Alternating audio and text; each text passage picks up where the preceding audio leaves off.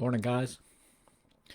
Considering many of us are just completely overwhelmed by the mad world we find ourselves in and coping however we can, binging on Netflix, overeating, drinking, smoking too much, I thought I would suggest three quick tips before the weekend starts and you're again tempted to self sabotage. The focus today will be on the fact that our brains are designed as problem solving organs. So we are going to look at three ways we can utilize this to our advantage in lifting depression, reducing stress, and essentially feeling better. Feeling like we are in control of our lives is an important emotional need. The other day I mentioned the formula E plus R equals O, and how even though we can't control the event, we can control our response, which in turn will affect the outcome. But you may be thinking, what has this got to do with being depressed? Well, because feeling a sense of control is actually an emotional need, investigating practical solutions to problems becomes a mood enhancing activity. In other words, it makes us feel good. So instead of worrying ourselves senseless about what could have been or dreaming up worst case scenarios of what may happen in the future, we need instead to calm ourselves down so that our rational mind can do its job of problem solving. However, to calm down, especially when you are suffering from depression, can be very difficult. Breathing techniques and meditation helps, as does yoga and exercise. You can, of course, also book a one-off personalized session over Zoom with me to regain calm.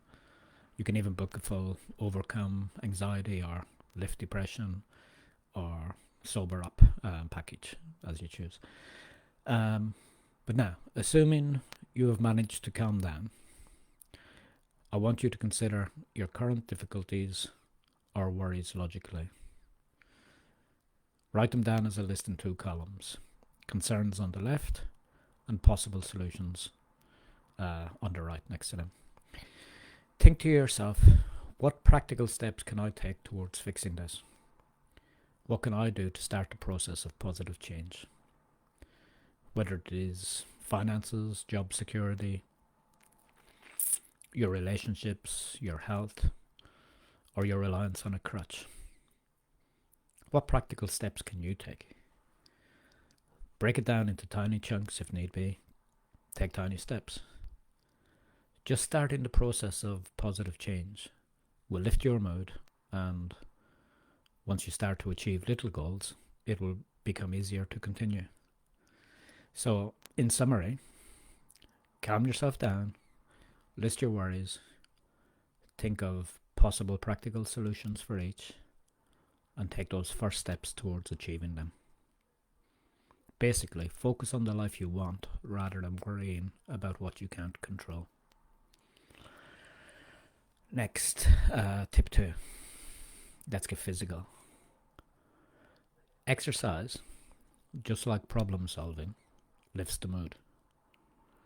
When we exercise, more blood flows to the brain, and levels of the happy hormones, serotonin and dopamine, are increased. This is important. Serotonin makes us feel good, and dopamine motivates us. When we are depressed, though, we spend most of our time thinking negative thoughts, sleeping poorly, waking up exhausted, and really not doing much. This results in decreased levels of serotonin. That is, we don't feel so good. Also, that feeling of exhaustion each morning means that we aren't motivated. This is one of the biggest problems with depression. Left untreated, though, it is a horrible vicious cycle.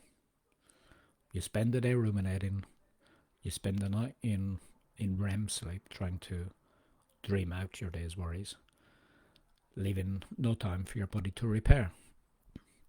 So, To break the cycle, you need to act. Even though at the beginning you will lack motivation, just realize that with baby steps you can break the cycle and turn it around. Start by going for a short walk, and as you walk, challenge yourself to notice what is happening in your surroundings. On return, journal your walks. Give yourself a score between 1 and 10, both before and after each walk. Soon you will notice how you feel better after each walk. This in turn will motivate you to do it again, and before you know it, you will be looking forward to it. The secret is to not allow yourself to worry or overthink about things as you walk. Simply enjoy nature and being present. Feel how good it is to just relax, focusing outwards rather than inwards. Obviously, if you can take this walk with family or friends, even better, as you get to socialise, which of course will also lift your mood. As the days and weeks go by and you begin to feel better, you can add other activities or even learn new skills, all of which in turn will increase your serotonin and dopamine levels and help you to feel happy and motivated. Okay, so tip 3. We've got to eat good to feel good. Did you know that when you eat, that too, I guess, what you eat literally can change the way you think and feel. Good nutrition and enough of it. 1, improves our mood. 2, gives us energy. And 3, gives us the motivation we need to make the changes I mentioned in tips 1 and 2. That is working on taking back control, getting exercise, learn a new skill, etc. But what is good nutrition? Well, to start with, a diet with minimal processed food.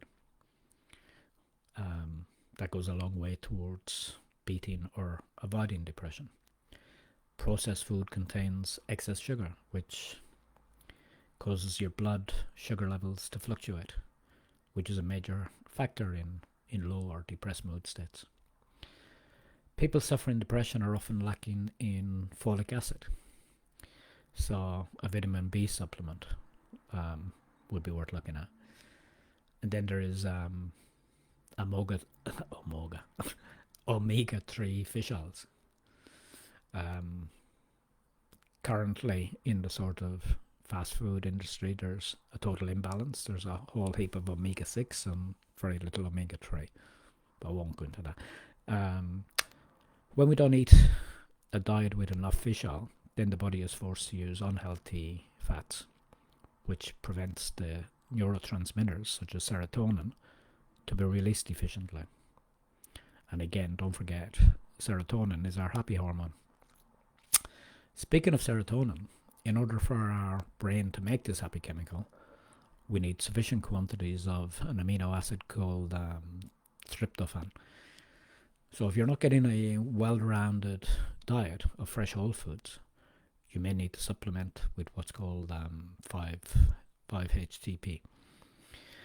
So in summary, avoid processed food, eat a varied diet of fresh whole foods, and then supplement as necessary with B vitamins, omega-3, and potentially 5-HTP. Of course, don't do any of this if you're already on antidepressants. Talk to your GP first, as your medication already causes your serotonin levels to rise. So you need to be mindful of side effects. As you can see, the balance of good hormones and bad hormones is critical to our mental well-being. Serotonin to feel good, dopamine to feel motivated, and exercise to flush out the cortisol from the stress. So I hope these 3 tips today help and show you that you can climb out of depression, stress, whatever. It is possible. If you do need help, feel free to shout out, and I'm happy to explain how the Inner Focus to Recover program can help. Cheers, guys. Have a great weekend.